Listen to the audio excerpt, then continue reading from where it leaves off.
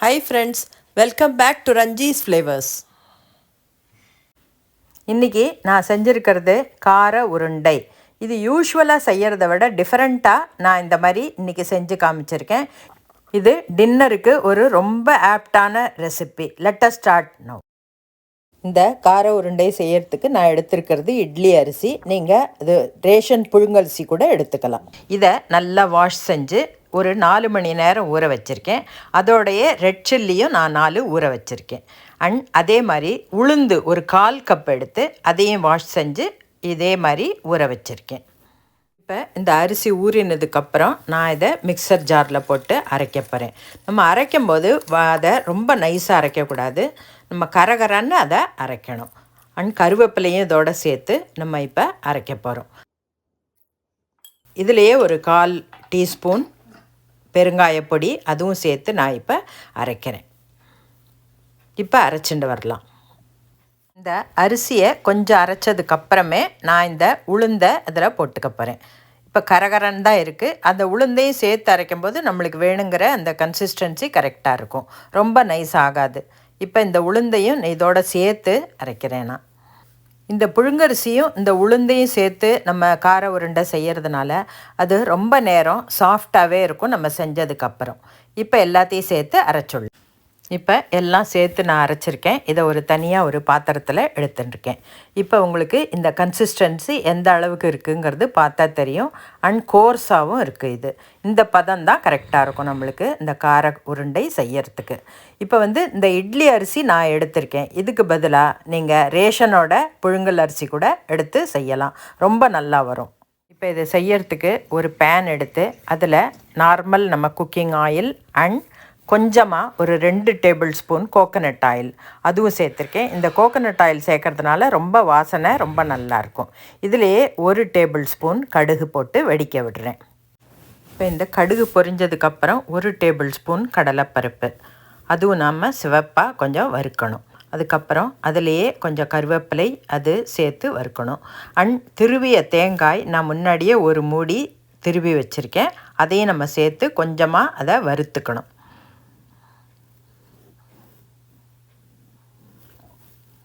இதிலே வேணும்னா நீங்கள் இன்னும் கொஞ்சம் கூட உங்கள் காரத்துக்கு தகுந்த மாதிரி ரெட் சில்லி இதில் சேர்த்துக்கலாம்.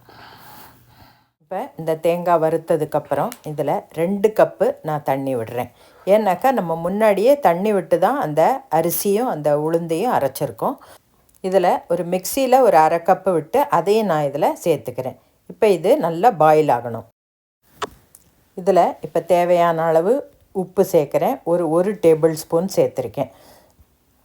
ஸோ இதிலையே நம்ம கொஞ்சமும் கொத்தமல்லி பொடியாக நறுக்கினது அதையும் நம்ம சேர்க்குறோம். இது எல்லாமே நல்லா கொஞ்சம் பாயில் ஆகணும். அதுக்கப்புறம் நம்ம அந்த மாவை சேர்க்கலாம். இப்போ இந்த தண்ணி கொதித்ததுக்கப்புறம் அதிலையே நான் இப்போ அரைச்சி வச்சுருக்கிற இந்த பேட்டரை இதில் சேர்க்குறேன். இது நம்ம ஃப்ரெஷ்ஷாக இப்போ அரைச்சி செய்கிறதுனால தண்ணி உங்களுக்கு அரிசியை பொறுத்து உங்களோட தண்ணி ரேஷியோ இருக்கும். இப்போ இதை கலரணும்.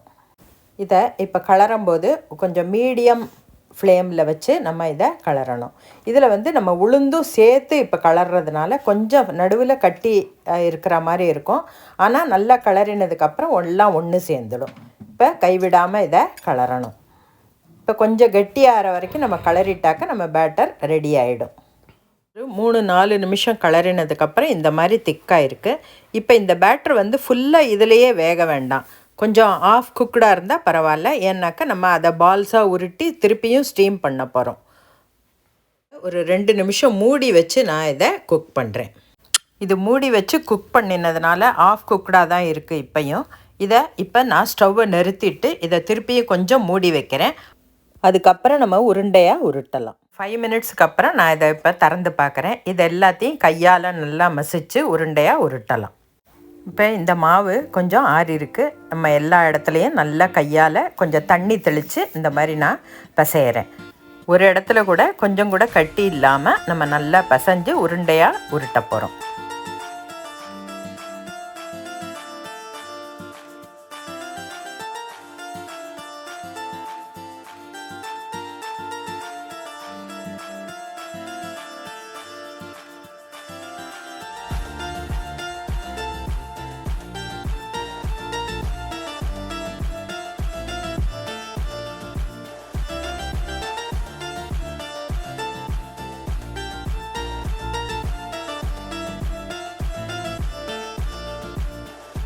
எல்லா மாவையும் நான் உருண்டையாக இந்த மாதிரி உருட்டி வச்சுருக்கேன். இப்போ நல்லா நம்ம ஸ்டீம் பண்ண போகிறோம் எல்லாத்தையும். இப்போ எல்லாத்தையும் நான் ஸ்டீமரில் வைக்கிறேன். கார உருண்டை செய்யும்போது நம்ம மிஷினில் போய் மாவு அரைச்சி மிக்சியில் அரைச்சி அதெல்லாம் தேவையே இல்லை. வீட்டில் இட்லிக்கு அரைக்கும் போது கூட இந்த மாதிரி நம்ம அரைச்சி ஈஸியாக நம்ம செஞ்சு முடிக்கலாம். ஸ்டீம் செஞ்ச உருண்டையெல்லாம் நான் சர்விங் பிளேட்டில் எடுத்து வைக்கிறேன். இதுக்கு கத்திரிக்காய் கொத்ஸு நான் சைட் டிஷ்ஷாக செஞ்சுருக்கேன். ரொம்ப நல்லாயிருக்கும் அந்த டேஸ்ட்டு. ஸோ அதோடு சேர்ந்து காம்பினேஷன் பெஸ்ட்டு காம்பினேஷன்.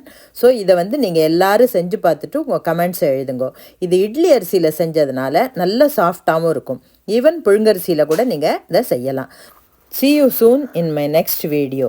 Bye.